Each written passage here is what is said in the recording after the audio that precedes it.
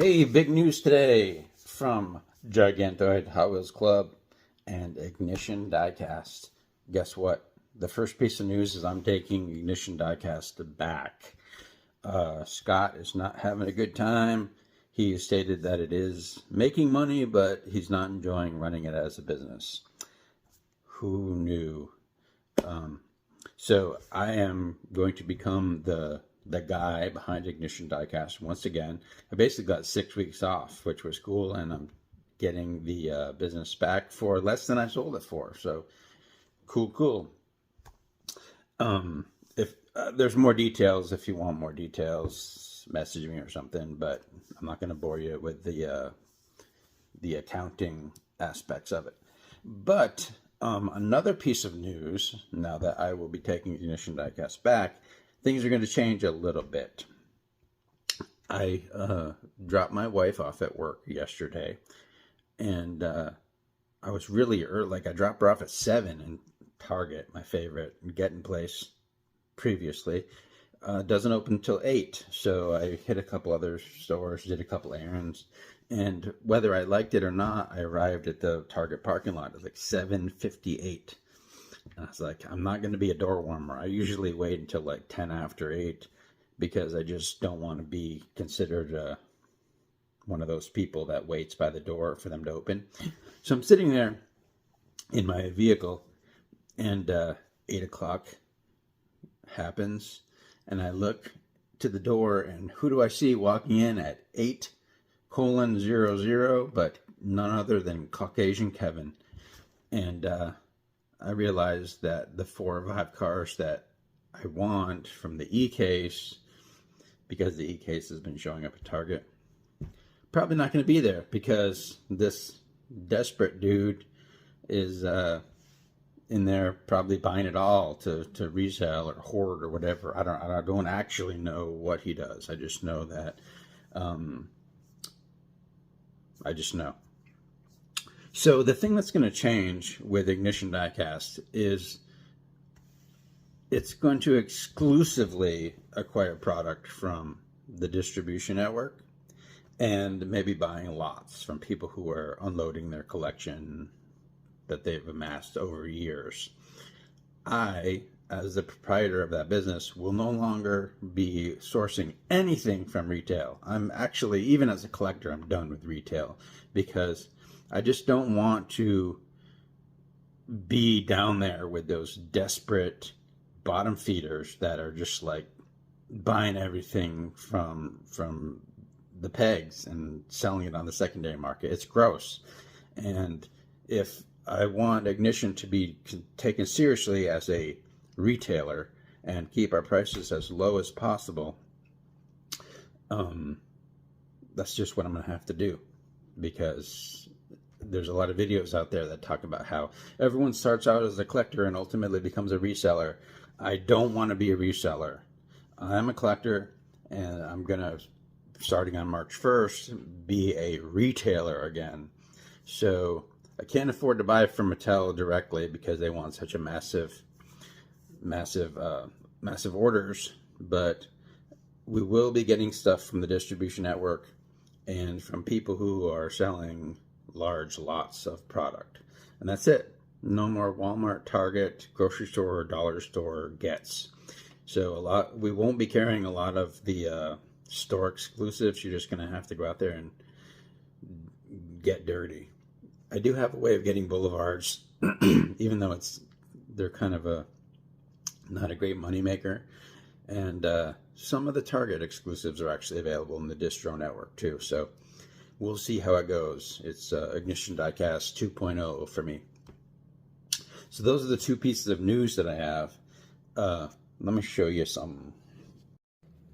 So I showed you this box a couple days ago. It was a lot of like 36 or so, 35, 36 carded cars, and I already took the 2 that I actually wanted, and the rest are going to the archive. So cool win. I paid a little more than I usually do. I paid like $1.10 per car. On the secondary market, you can do a lot better than that. But this week, I got this box, which is 336 loose new cars from someone who was just, I don't know, desperate for money or something.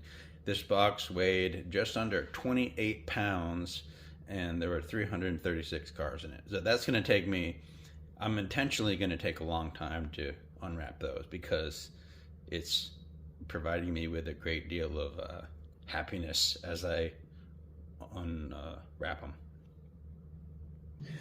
But I will show you the ones that I've already unwrapped. The way things are going to go, I guess, is that, being a selfish human, anything that comes in, whether it's brand new or from the secondary market, if I want it, I'm going to take it. And second to that, the Gigantoid Archive is going to continue to live, and anything that's needed that I don't want goes in there. And if both of those are fulfilled, it becomes for sale at ignitiondiecast.com. So what I'm keeping so far that I've opened from that box is this AAR CUDA, this green, which do not have. A Ford GT, I think it's a 17. It's not the race. This weird convertible Corvette. It doesn't even say, but looks like a Corvette to me. Yeah, it's definitely a Corvette. And it's this like a metal flake black with a black interior, and it is Hot Wheels. Never seen this one before.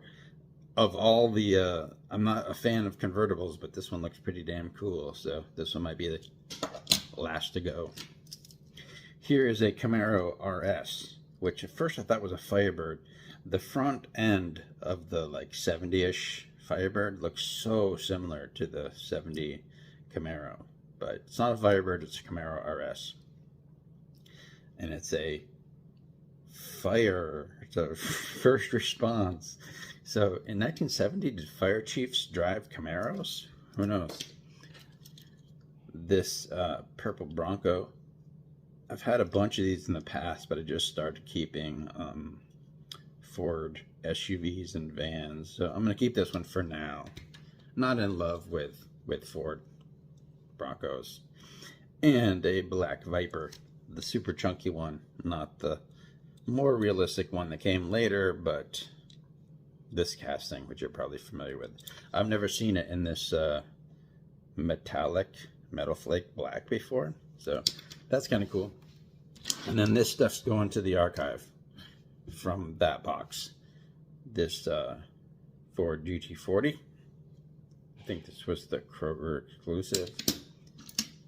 This Nomad.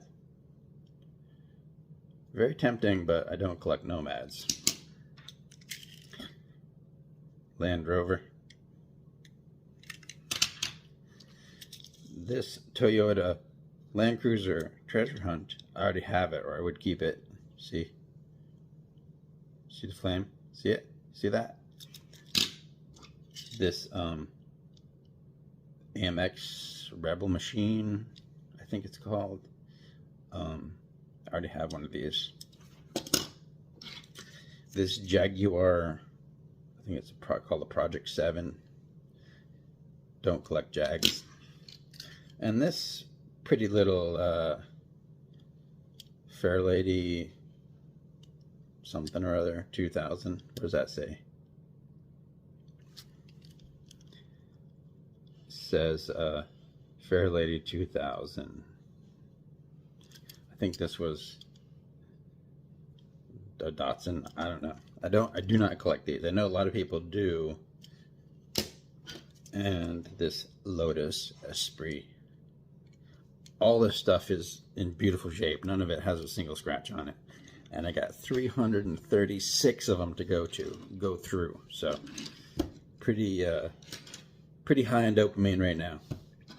So that's the big news. Talk to you tomorrow, which is Thursday.